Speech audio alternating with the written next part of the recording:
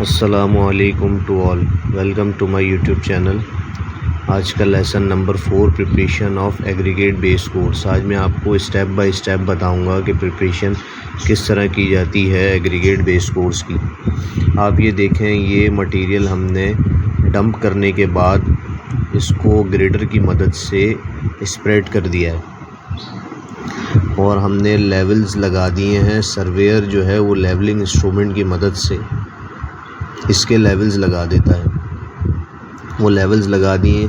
अब ये रीच तैयार हो गई। ये जो रोड आप देख रहे हैं, इस रोड से जिस रोड पे मैं खड़ा हूँ, इन दोनों ने आपस में मिलना है, तो हम इसको तैयार कर रहे हैं। अब यहाँ पर आप देखें, ये जो है वर्किंग में है। ये जो बंदा सामने आप देख रहे हैं, ये बंदा क्या कर रहा है? ये जो हमने लेवल्स के लिए ठिए कहते हैं हम इसकी लैंग्वेज में, पेवर ब्लॉक को लेवलिंग इंस्ट्रूमेंट की मदद से रोड पे सेट करने को, उसको हम कहते हैं कि ठिए लगा देना। तो वो ठिए लगाए हुए हैं। मैं आपको दिखाता हूँ कहाँ लगे हुए हैं।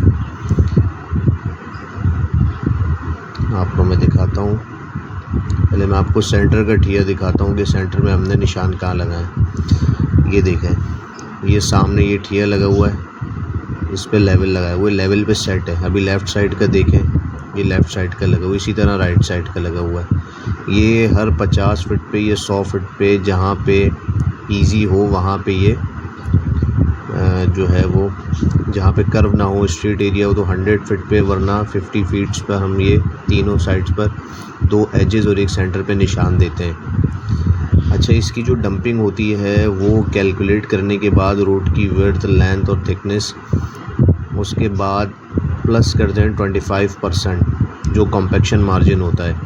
अब ये सॉइल टाइप के हिसाब से भी होता है, जो मटेरियल इसमें इस्तेमाल किया गया है उसके हिसाब से कॉम्पैक्शन होती है। ये सारे टेस्ट होते हैं, वो मैं आपके साथ एक वीडियो शेयर करूंगा, जिसमें मैं एग्रीगेट बेस कोर्स के तमाम टेस्ट से आपको आगाह करूंगा। अभी आप ये देखें, ये ग्रेडर क्या कर रहा है, जहाँ पे मटेरियल ज़्यादा है वहाँ से काट रहा है, ये कटिंग कर रहा है। इसमें ऑपरेटर बैठा हुआ है ऊपर। वो ऑपरेटर जो है ये इसको मटेरियल को काट के जहाँ पे मटेरियल कम है वहाँ पे लेके जा रहा है। ये देखें,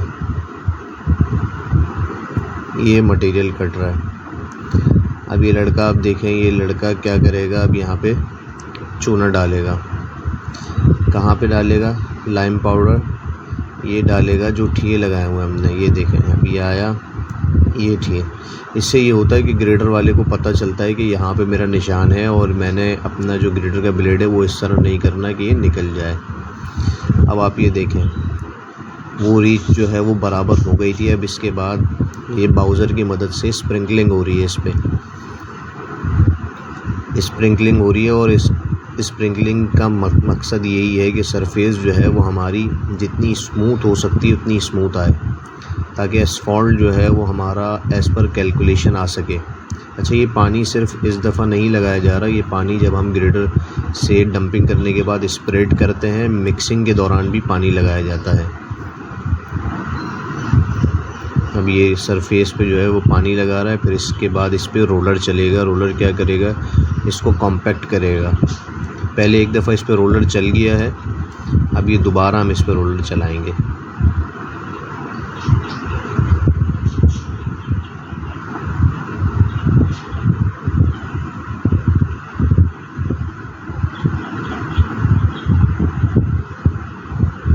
ये देखें आप, ये रोलर जो है वो आ गया है। रोलर इस पर कॉम्पैक्शन कर रहा है प्रॉपर तरीके से। अच्छा, ये रोलर जो है वो डायनापैक एक कंपनी है, उसका रोलर है, उसके रोलर्स आते हैं। ये डायनामिक रोलर होता है, डायनामिक एनर्जी होती है इसमें, फ्रीक्वेंसी होती है।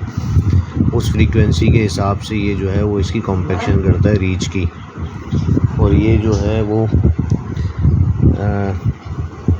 20 टन का रोलर है, 20 टन का रोलर है, ये आप देख सकते हैं।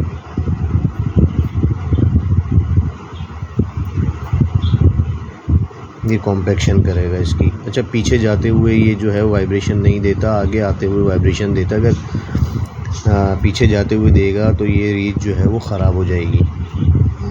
और ये नीचे से ऊपर की तरफ जो है वो रोलर कॉम्पैक्शन करता हुआ आता है। अभी ये देखें आप, ये पीछे जा रहा है, पीछे जाते हुए सादा पास लगाता है, वाइब्रेशन नहीं देता। ये इसकी कॉम्पैक्शन का तरीक़ेकार है। होपफुली आपको ये वीडियो पसंद आई होगी। सो प्लीज़ लाइक करें, शेयर करें, सब्सक्राइब करें। Civil engineering knowledge next video में मिलते हैं। ये एफडीटी लगा रहे हैं हम लोग, फील्ड डेंसिटी टेस्ट।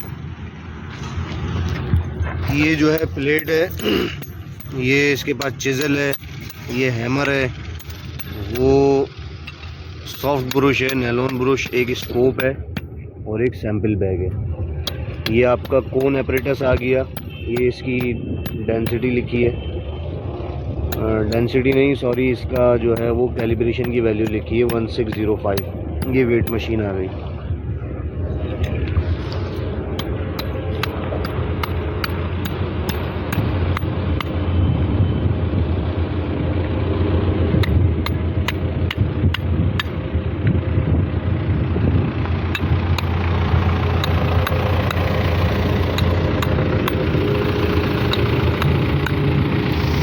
ये टेस्ट जो है वो सैंड रिप्लेसमेंट मेथड के थ्रू लग रहा है। कल गए थे सर सलमान साहब के साथ।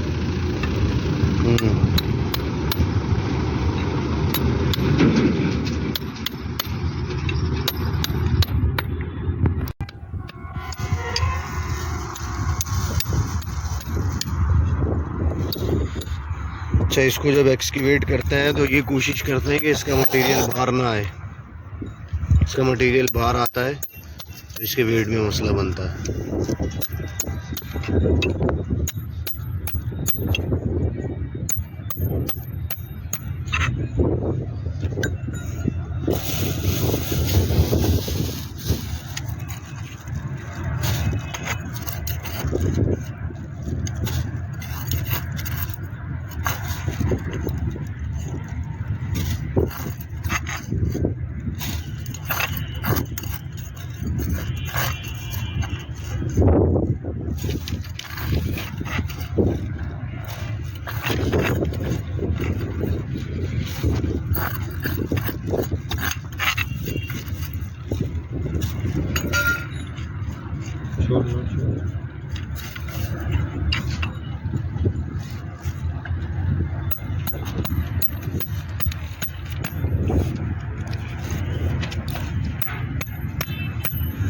जब तक आप इसका वेट लिख लो।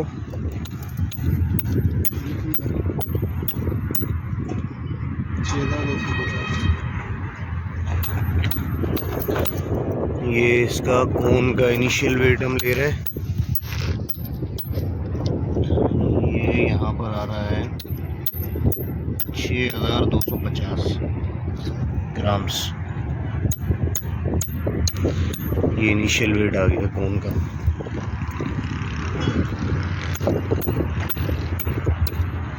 लिख लिया। लेकिन वो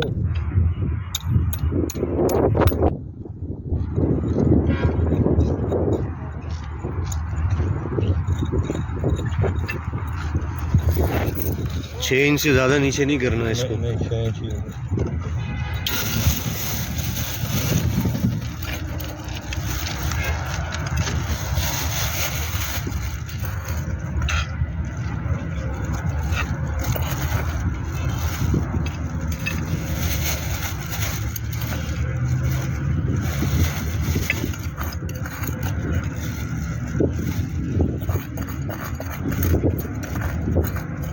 नीचे लेयर भी चेंज हो गई, तकरीबन 6 इंच तक चल गया। इसकी साइड्स थोड़ी सी साफ करो ना, नीचे नहीं जाना। हाँ ये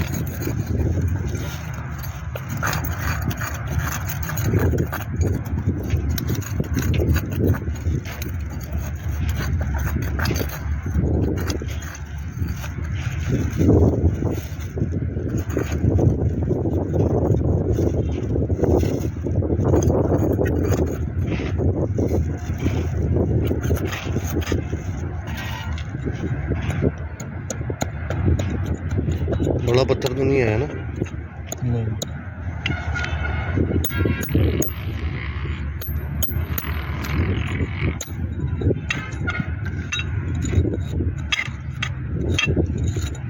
सही है।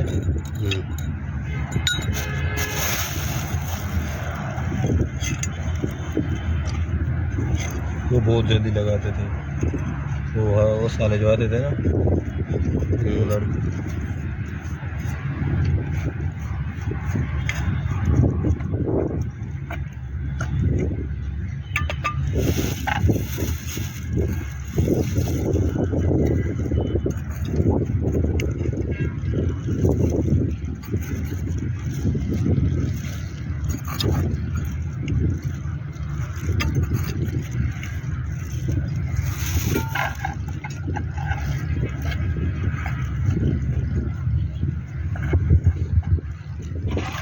अब ये इसको सॉफ्ट ब्रश से साफ करके तकरीबन इसकी डेप्थ मुकम्मल हो गई है। अभी हम इसको चेक कर लेंगे।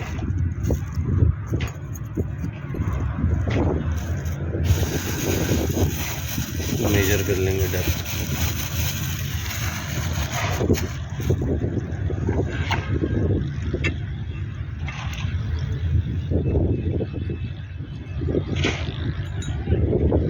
वेट करो इसका, इसके सॉइल का वेट करो जरा।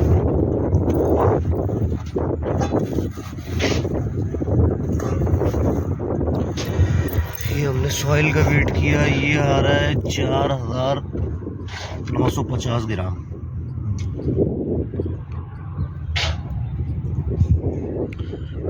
ठीक है, ये हम इसकी डेप्थ देख रहे हैं, कितनी आ रही है? 5 इंच आ रही है। ऐसे 6 इंच होनी चाहिए, मगर 5 इंच पे भी हम टेस्ट लगा सकते हैं। ठीक है, कौन रखो, पहले रखो उसके बाद ओपन करना। क्या ये हमने इसकी फोन जो है वो रख दी है। अब इसका फनल ऑन करेंगे। ये ऑन हो गया है।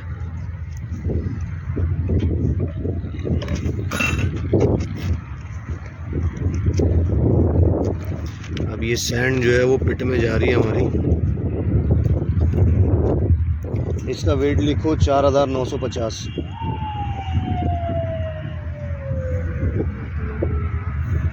ये स्लोली इसमें जो है वो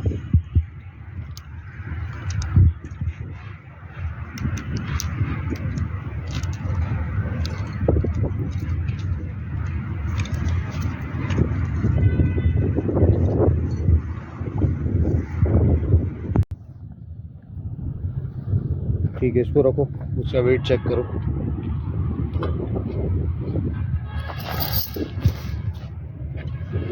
इसका वेट आ रहा है 1450,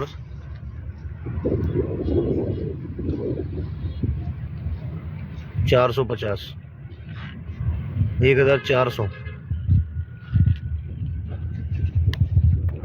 ये जो एक्स्ट्रा नज़र आ रही है कैलिब्रेशन है, इसकी कैलिब्रेशन की जो है वो ये वॉल्यूम है इसका फोन का। तो ये 1605 जो वैल्यू लिखी हुई है, ये वॉल्यूम है इसका, ये यहाँ पे चला गया। अभी हमने वैल्यूज़ लिख ली हैं, दिखाओ इसकी क्या वैल्यूज़ हैं। ये हमने जो है इसकी वैल्यूज़ लिख ली हैं। अभी ये सैंड वापस निकाल रहे हैं इसमें से। इसमें जो है वो सीव लगानी पड़ती है, 1630 की सीव लगती है, ताकि इसमें कोई कचरा वगैरह या इसके साइज से बड़ा कोई पार्टिकल ना आ जाए।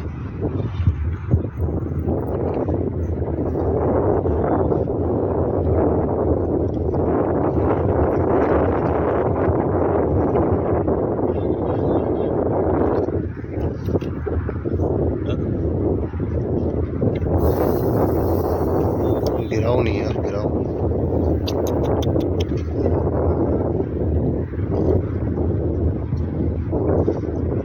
सब्र करो, थोड़ी नीचे जाने दो, आराम आराम से जाएगी।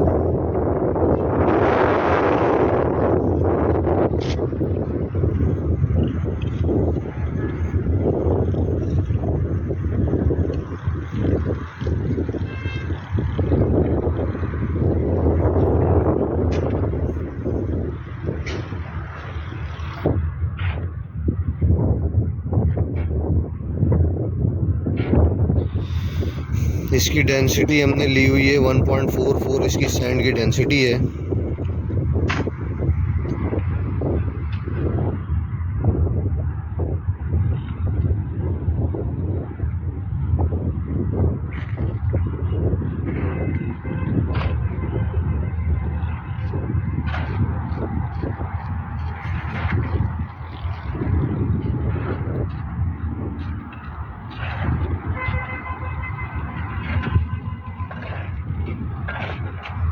अपने आए ये देखें, 2 सीवी हमने, एक 16 की एक 30 की लगाई हुई है।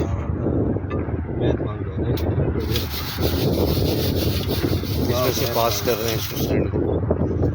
2 सीवी एक साथ काम कर रहे हैं, एक नीचे एक ऊपर। बस ठीक है, काफ़ी है। इसको वेस्ट कर दो, हाँ डिस्पोज कर दो इसको। बस इसको डालो इसमें।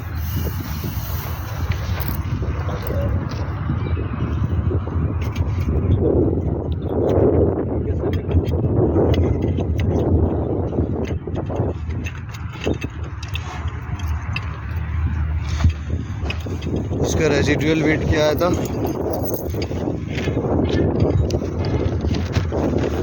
इसका जो रेजिडुअल वेट है आफ्टर वेट, वो हमारे पास आया है 1400।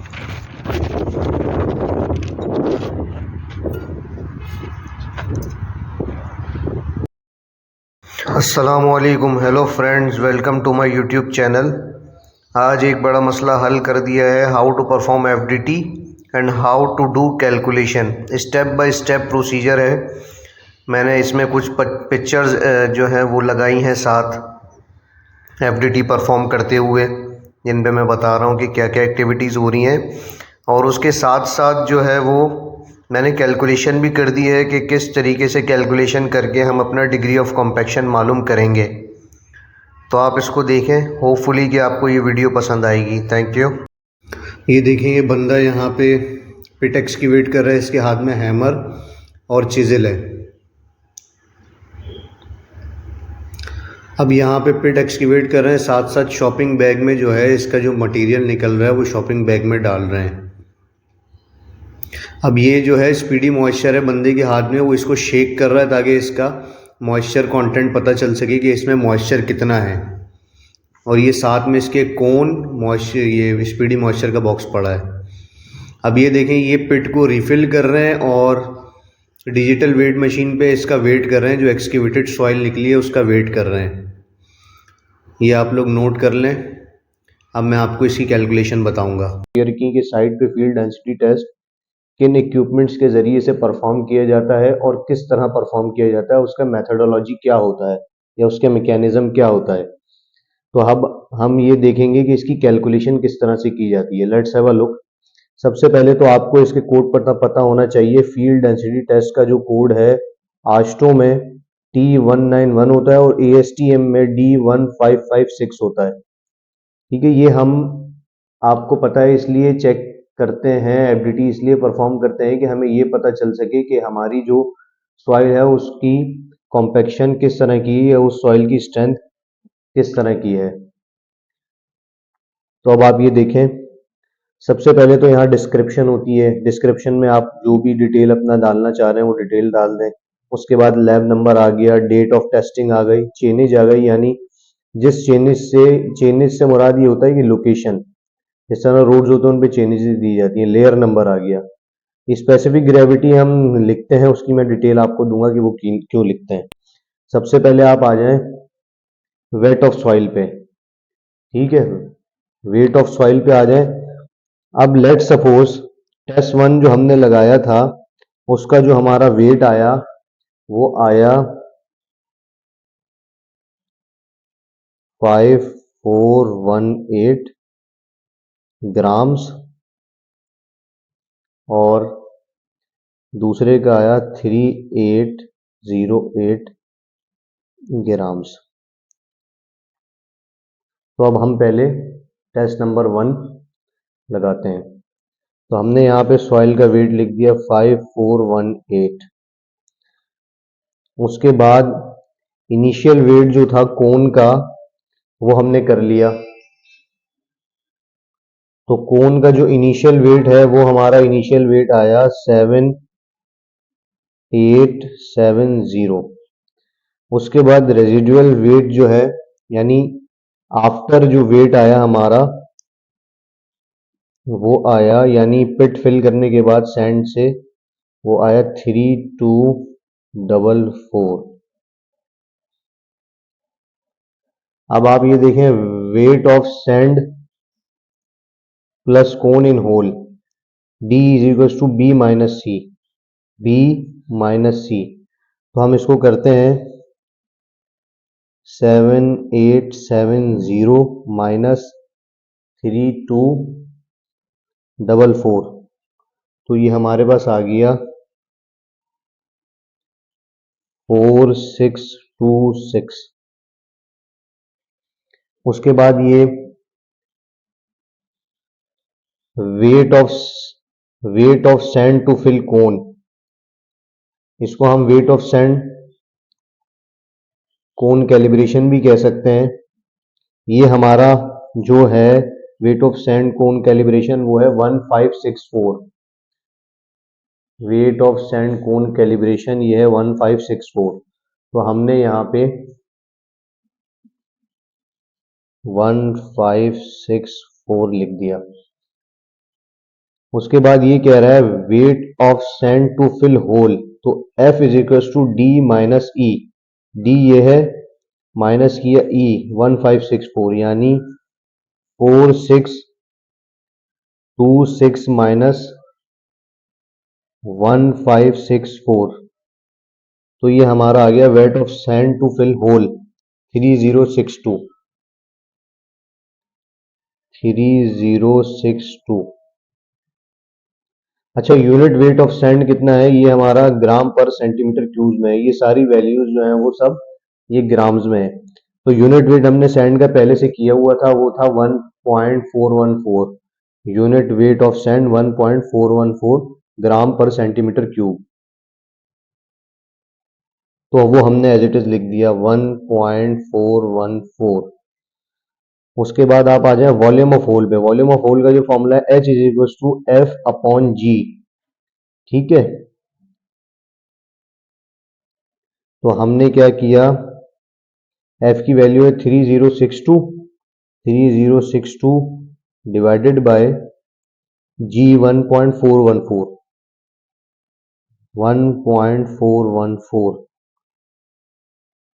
तो ये हमारा आ गया 2165 सेंटीमीटर क्यूब। ठीक है, ये हमारा आ गया volume of hole.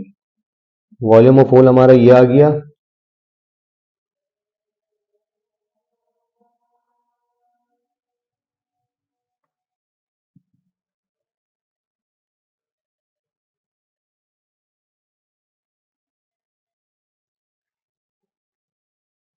Volume of whole आया हमारा 2165।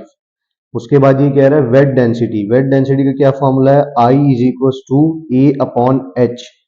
ए हमारा ये है वेट ऑफ वेट सॉइल, जो हमने पिट एक्सकेवेट किया था उसका जो वेट आया था, ये वो वेट है। इसको डिवाइड करना है हमने एच से, वॉल्यूम ऑफ होल से।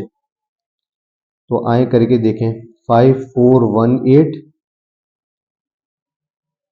Divided by H. एच की वैल्यू क्या है? 2165। तो ये आ गया हमारा वेट डेंसिटी आ गई फील्ड की 2.502। ठीक है, मॉइस्चर कंटेंट जो है वो हमारा, इसका जो मॉइस्चर कंटेंट आया है वो आया है 3%, 3.0। ठीक है, साइड पे जो मॉइस्चर कंटेंट स्पीडी मॉइस्चर से जब हमने चेक किया तो वो 3% आया। अब आप आ जाए ड्राई डेंसिटी पे। तो ड्राई डेंसिटी का फॉर्मूला है K is equal to I upon G plus 1 multiply by 100। तो आई हमारा जो है वो है 2.502 और जे डिवाइड बाय जे है हमारा 3। तो ये 0.834 मल्टीप्लाई बाय 100 +1, तो ये 84.4% हो गया। इसका 84.4% हमारा ड्राई डेंसिटी बनेगा। यानी अगर हम 3% इसका मॉइस्चर निकाल दें, इसको हम इस तरीके से भी कर सकते हैं इजीली कि 2.502 माइनस 3%, तो ये हमारी वैल्यू आ गई 2.42। अब मैक्सिमम ड्राई डेंसिटी जो है वो हम टेस्ट की मदद से लेबोरेटरीज में निकालते हैं। ठीक है, प्रॉक्टर की वैल्यू होती है, प्रॉक्टर को कूटा जाता है। इसकी जो वैल्यू हमारे पास आई थी लैब रिपोर्ट के मुताबिक 2.31 आई थी, तो हमने यहाँ पे लिख दिया मैक्सिमम ड्राई डेंसिटी की वैल्यू को 2.31। ऑप्टिमम मॉइस्चर जो है हमारा, जब हमने टेस्टिंग करवाई थी तो वो 6% आया था इस मटेरियल का, तो ये हमने 6.0 लिख दिया। रिटेन में कुछ लिखने की ज़रूरत नहीं। अच्छा, मैं आपको कह रहा था कि मैं आपको बताऊंगा 3/4 का रिटेन क्या होता है। एक्चुअली हम जब एग्रीगेट बेस कोर्स करने लगते हैं तो फिर हम क्या करते हैं, स्पेसिफिक ग्रेविटी का एक टेस्ट करवाते हैं। स्पेसिफिक ग्रेविटी का जब हम टेस्ट करवाते हैं तो उस पर फिर हम एडजस्टेड जो है मैक्सिमम ड्राई डेंसिटी निकालते हैं, उसकी मदद से कॉम्पैक्शन निकालते हैं। तो यहाँ पर हम एग्रीगेट बेस फोर्स का जो है वो टेस्ट नहीं लगा रहे, सब बेस का लगा रहे हैं। तो इस पे ये होता है कि सब बेस और ये दूसरा सब ग्रेड वगैरह, ये दूसरी जो नीचे की जो हमारी लेयर्स होती है एम्बैकमेंट की, उन पे कैलकुलेशन जो है वो नॉर्मल तरीके से होती है। क्योंकि स्पेसिफिक ग्रेविटी हमने इसकी नहीं करवाई हुई, तो इसलिए हम 3/4 की रिटेन, ये सी है 3/4 का ना, और ये एडजस्टेड एमडीडी की ज़रूरत नहीं है, तो हम इनको ऐसे ही छोड़ देंगे। अब हम आ जाएंगे कॉम्पैक्शन ऑप्टेन्ड पे। कॉम्पैक्शन का तरीक़ेकार यहाँ पे फॉर्मूला लिखा है P = K/O multiply by 100।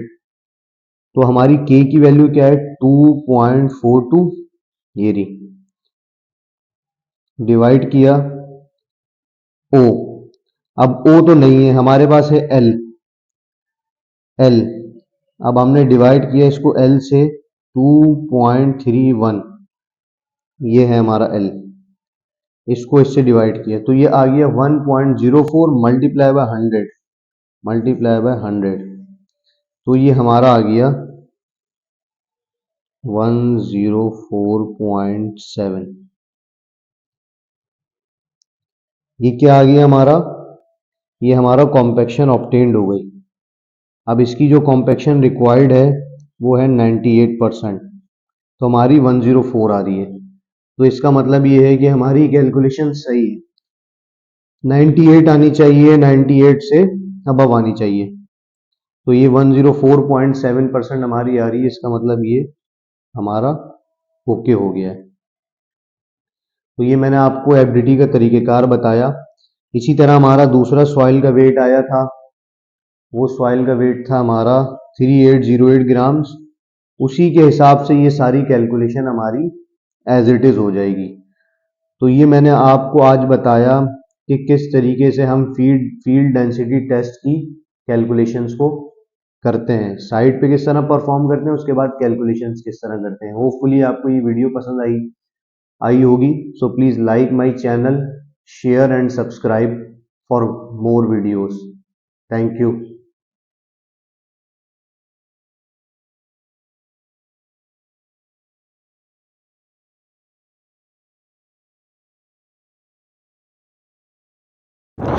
Hopefully आपको ये वीडियो पसंद आई होगी। ये मुकम्मल वीडियो है preparation of reach, performing of FDT और एफडीटी की मुकम्मल कैलकुलेशन। स्टेप बाय स्टेप मैंने प्रिपरेशन, एफडीटी टेस्ट किस तरह लगाना है, उसकी क्या इक्विपमेंट्स होते हैं और उसका क्या तरीक़ेकार होता है, ये सारा मैंने इसमें बता दिया है कैलकुलेशंस के साथ।